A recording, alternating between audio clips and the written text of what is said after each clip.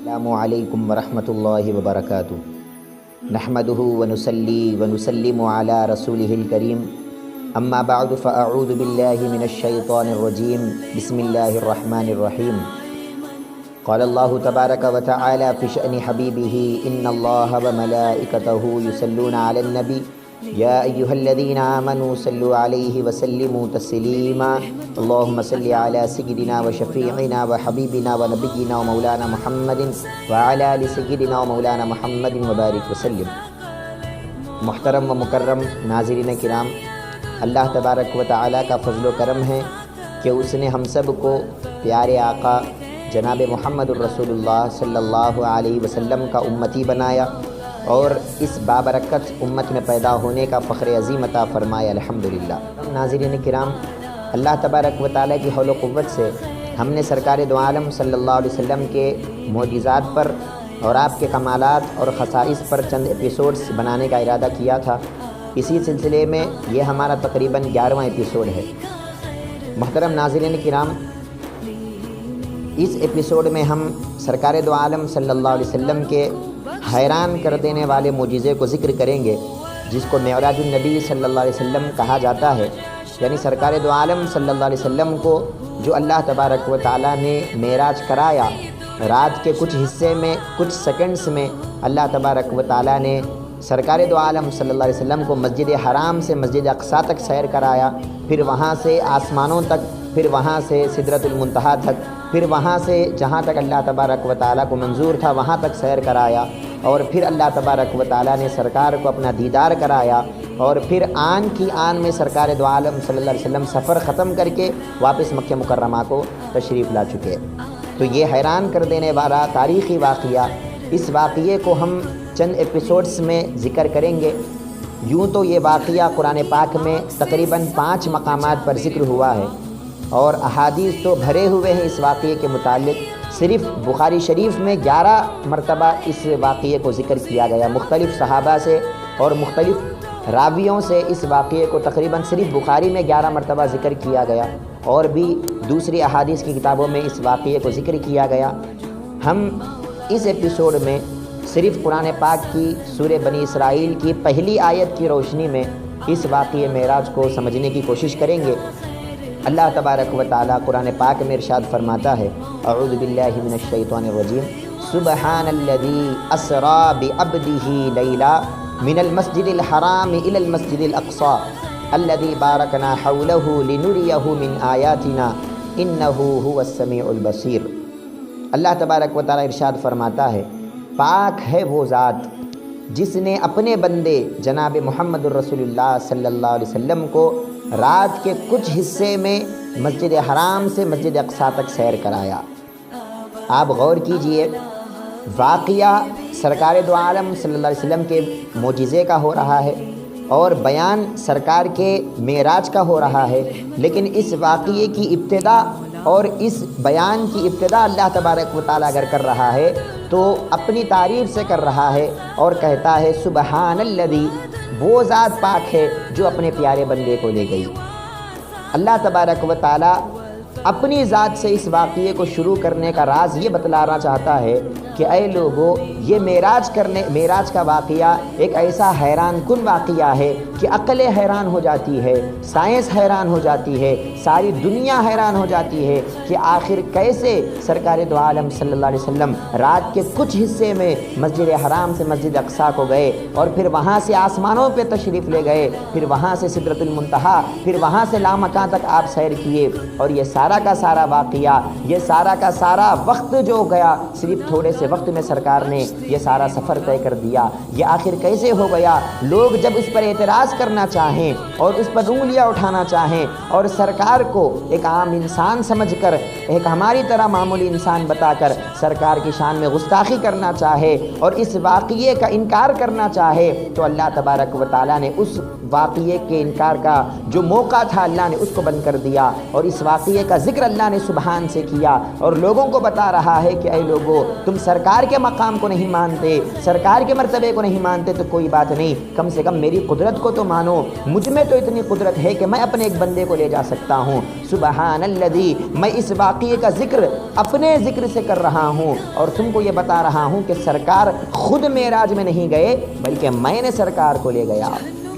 اگر تم اس واقعے معراج پر اعتراض کرتے ہو تو گویا تم سرکار پر اعتراض نہیں کر رہے، سرکار کے مقام اور مرتبے پر اعتراض نہیں کر رہے، سرکار کے معجزے پر انکار نہیں کر رہے، بلکہ تم اللہ کی قدرت کا انکار کر رہے ہو، کیونکہ اللہ تبارک و تعالیٰ خود فرماتا ہے کہ سرکار نہیں گئے بلکہ میں نے سرکار کو سیر کرایا، میں سرکار کو لے گیا۔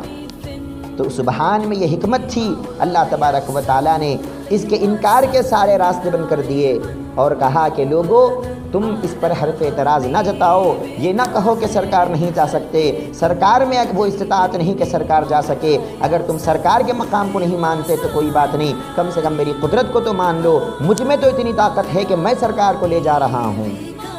اور آپ غور کیجئے، اس واقعے میں اللہ تبارک و تعالیٰ اس آیت میں جو ذکر کر رہا ہے، کہتا ہے سبحان الذی اسرا، پاک ہے وہ ذات جو سیر کراتی ہے اپنے بندے کو، جس نے اپنے بندے کو سیر کرایا۔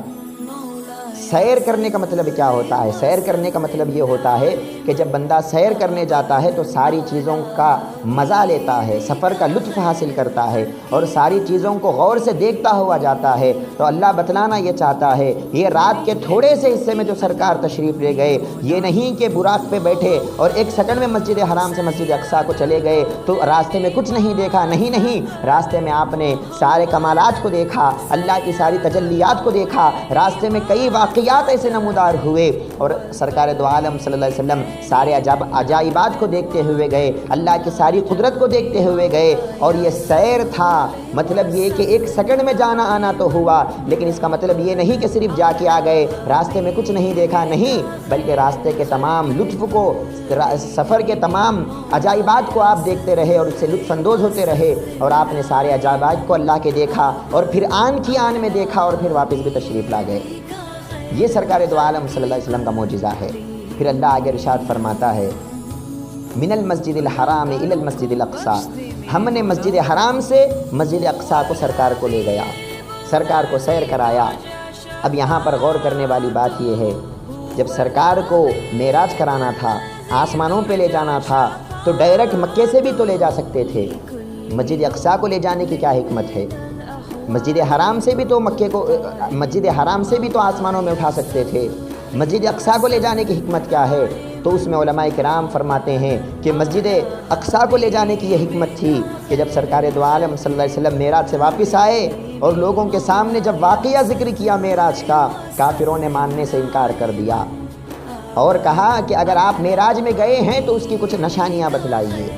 اگر سرکار دو عالم صلی اللہ علیہ وسلم ڈائریکٹ مکے سے آسمانوں پر چلے جاتے تو کافر جب نشانیاں پوچھتے اور سرکار جب نشانیاں بتلاتے آسمانوں کے اور جنت کے، تو کافروں نے تو اس کو نہیں دیکھا تھا تو وہ اس کا انکار کر دیتے، تو انکار کا ایک راستہ بنتا تھا۔ لیکن اللہ تبارک و تعالیٰ نے مسجد حرام تک سرکار کو پہلے سیر کرایا، اور کافروں کو جب سرکار نے یہ واقعہ ذکر کیا تو کافروں نے مسجد اقصیٰ کے بارے میں پوچھا، اس کے احوال کے بارے میں پوچھا، مسجد اقصیٰ کی کھڑکیوں کے بارے میں، اس کی چھت کے بارے میں، اس کے ممبر کے بارے میں، اس کے پلروں کے بارے میں، الگ چھوٹی چھوٹی باتیں وہ مسجد کے بارے میں پوچھتے رہے، کیونکہ انہوں نے مسجد کو دیکھا تھا۔ تو سرکار نے ان کے سامنے مسجد اقصیٰ کے تمام واقعات کو بیان کیا اور مسجد اقصیٰ کی ایک ایک چیز کو بیان کیا، تو اس سے معلوم یہ ہوا کہ وہ راستہ بند ہو گیا۔ اگر آسمانوں کا ذکر سرکار کرتے تو کافروں نے تو آسمان کو نہیں دیکھا تھا، وہ کہتے کہ ہم نے تو نہیں دیکھا، پتہ نہیں آپ سچ بول رہے ہیں یا جھوٹ بول رہے ہیں۔ لیکن جب مسجد اقصیٰ کو لے گیا اور وہاں سے سفر کرایا،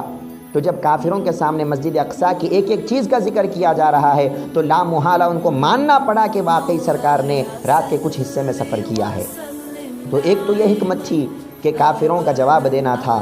ایک دلیل بنانا تھا اور کافروں پر اس دلیل کو لانا تھا، اسی لیے مسجد اقصیٰ کو لے جایا گیا۔ اور دوسرا مقصد، دوسری حکمت علماء کرام یہ بتلاتے ہیں کہ مسجد اقصیٰ ایک ایسی زمین ہے جہاں پر اللہ تبارک و تعالیٰ کے کم و بیش ہر نبی اللہ کے وہاں پر تشریف لے گئے، تو مسجد اقصیٰ کی زمین اللہ سے دعا کر رہی تھی کہ اے اللہ تیرا ہر نبی، ہر بابرکت والا نبی، ہر برکت والا نبی میرے زمین پر آیا ہے، مجھ پر اپنا قدم رکھا ہے، لیکن اے اللہ تیرے وہ محبوب جن کا مقام تیرے نبیوں میں سب سے بڑا ہے، تیرے رسولوں میں سب سے بڑا ہے، اے اللہ مجھے اتنا شرف بخش دے کہ ان کا قدم بھی میری زمین پر پڑ جائے۔ تو اللہ تبارک و تعالیٰ نے اس مسجد اقصیٰ کی دعا کو قبول کر دیا، اس اقصیٰ کی زمین کی دعا کو اللہ نے قبول کر لیا، اور پیارے نبی صلی اللہ علیہ وسلم کے قدم سے اللہ تبارک و تعالیٰ نے اس زمین کو شرفیت بخشا اور اس زمین کا مقام اور بڑھا دیا۔ یہ دوسری حکمت تھی۔ اور تیسری حکمت علماء کرام یہ بتلاتے ہیں کہ مسجد اقصیٰ وہ زمین ایک ایسی زمین ہے ملک شام، وہاں پر حشر کا میدان برپا ہوگا، یعنی حشر کا عالم وہاں پر برپا ہوگا، حشر کا میدان وہ بننے والا ہے۔ تو جب سرکار دو عالم صلی اللہ علیہ وسلم معراج کی شب وہاں پر قدم رکھتے ہیں تو سرکار کے قدم کی برکت جب وہاں پر پڑ گئی تو پھر کل بروز محشر لوگوں کو وہاں پر ٹھہرنے میں آسانی ہو جائے گی، سہولتیں میسر ہو جائے گی، کیونکہ سرکار کے قدم رکھنے کی برکت سے اللہ تبارک و تعالیٰ اس جگہ کو بھی بابرکت بنا دیتا ہے اور وہاں پر ٹھہرنا لوگوں کے لیے اللہ تبارک و تعالیٰ آسان کر دیتا ہے۔ تو یہ بھی ایک حکمت تھی کہ اللہ تبارک و تعالیٰ نے مسجد حرام سے مسجد اقصیٰ تک سرکار دو عالم صلی اللہ علیہ وسلم کو سفر کرایا۔ پھر اللہ تبارک و تعالیٰ اس آیت میں ارشاد فرماتا ہے الذی بارکنا حولہ،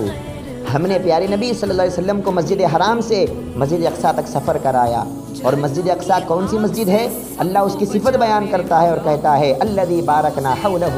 ہم نے مسجد اقصیٰ کے اطراف برکتوں کو نازل کیا ہے۔ آپ غور کیجئے محترم ناظرین، مسجد کے اندر برکت ہوتی ہے، اللہ کا گھر مسجد ہوتا ہے، اس کے اندر برکتیں ہوتی ہے، لیکن قرآن میں اللہ ذکر کر رہا ہے کہ ہم اس کے اطراف برکتوں کو نازل کر رہے ہیں۔ اس میں کیا حکمت ہے؟ علماء کرام لکھتے ہیں کہ اس میں حکمت یہ ہے مسجد کے اندر تو برکت ہوتی ہی ہوتی ہے، لیکن اطراف کا ذکر اس لیے کیا کہ مسجد اقصیٰ کے اطراف بڑے بڑے انبیاء کے مزارات ہیں، بڑے بڑے انبیاء کے قبور ہیں، اور اللہ تبارک و تعالیٰ بتلانا یہ چاہتا ہے کہ لوگوں دیکھو جہاں پر میرے نیک بندوں کے مزارات ہوتے ہیں، جہاں پر میرے نیک بندوں کے قبریں ہوتی ہے، وہاں پر میری رحمتیں برستی ہے، وہاں پر میری برکتیں نازل ہوتی ہے، اور اتنی برکتیں کہ مسجد کے اندر اتنی برکتیں نہیں ہوتی جتنی برکتیں ان اللہ والوں کے مزارات پر جو ہے برسا کرتی ہے۔ اسی لیے اللہ تبارک و تعالیٰ مسجد کے اندر کی برکتوں کو ذکر نہیں کر رہا بلکہ مسجد کے باہر کی برکتوں کو اللہ تبارک و تعالیٰ ذکر کر رہا ہے۔ اس سے معلوم یہ ہوا اللہ کے نیک بندوں کے مزارات پر اللہ کی برکتیں نازل ہوا کرتی ہے، اللہ کی رحمتیں نازل ہوا کرتی ہے۔ پھر اللہ نے اس آیت میں ارشاد فرمایا لِنُرِيَهُ مِنْ آیَاتِنَا، یہ معراج کا سفر کیوں کرایا؟ تو فرمایا کہ معراج کا سبب یہ ہے سفر کرانے کا کہ سرکار کو ہماری نشانیاں ہم دکھلانا چاہتے تھے، سرکار کو ہماری نشانیاں دکھلانا چاہتے تھے، اسی لیے ہم نے سیر کرایا، اسی لیے ہم نے سفر کرایا۔ اب کون سی نشانی دکھلانا چاہتے تھے؟ کیا جنت اور دوزخ کو دکھلانا یہ سب سے بڑی نشانی ہے؟ نہیں میرے دوستو، سرکار کا تو وہ مقام ہے، بخاری شریف کی حدیث ہے کہ جب سرکار نماز میں ٹھہرتے تو نماز کے بعد صحابہ سے سرکار نے فرمایا کہ اے صحابہ، میں نماز پڑھتے پڑھتے جنت کا دیدار کر رہا تھا، ٹھہرا تو میں نماز میں ہوں لیکن دیکھتا جنت کو ہوں۔ یہ سرکار کا مقام ہے کہ سرکار کو معراج کو لے جانے کی ضرورت نہیں ہے جنت کا دیدار کرانے کے لیے، دوزخ کو دکھانے کے لیے معراج پر لے جانے کی ضرورت نہیں ہے، یہ تو چھوٹی چھوٹی نشانیاں ہیں۔ سرکار کا مقام اتنا بڑا ہے کہ یہ مدینے میں ٹھہرے ٹھہرے جنت کو دیکھ لیا کرتے ہیں، اور مدینے میں ٹھہرے ٹھہرے جنت کے انگوروں کو دیکھ لیا کرتے ہیں، اور سرکار فرماتے ہیں اگر میں چاہوں اس انگور کو میں توڑ کر تمہارے حوالے دے سکتا ہوں، تمہارے ہاتھ میں دے سکتا ہوں۔ یہ سرکار کا مقام ہے۔ تو پھر کون سی نشانی دکھلانا چاہتا تھا؟ معلوم یہ ہوا کہ نہ جنت کو دکھلانا منظور تھا، نہ دوزخ کو دکھلانا اصل مقصد تھا۔ پھر اصل مقصد کیا تھا؟ کون سی نشانی دکھلانا تھا؟ علماء کرام فرماتے ہیں اصل نشانی تو اللہ تبارک و تعالیٰ کا جلوہ دکھلانا تھا، سرکار دو عالم صلی اللہ علیہ وسلم کو مسجد حرام سے مسجد اقصیٰ تک لے جانا، اور پھر وہاں سے آسمانوں تک، پھر وہاں سے سدرۃ المنتہا تک، پھر وہاں سے لامکان تک لے جانا۔ ان سب میں راز یہ تھا اللہ کو اپنی قدرت کی نشانیاں دکھلانا تھا، اپنا جلوہ دکھلانا تھا، خود اپنا دیدار کرانا تھا۔ اسی لیے اللہ تبارک و تعالیٰ نے سرکار دو عالم صلی اللہ علیہ وسلم کو سفر معراج کرایا۔ پھر آگے ارشاد فرماتا ہے اللہ انہ هو السمیع البصیر، بے شک وہی سننے والا دیکھنے والا ہے۔ اس آیت میں جو اللہ کہہ رہا ہے کہ بے شک وہی سن رہا ہے، یہ ضمیر کہاں لوٹ رہی ہے؟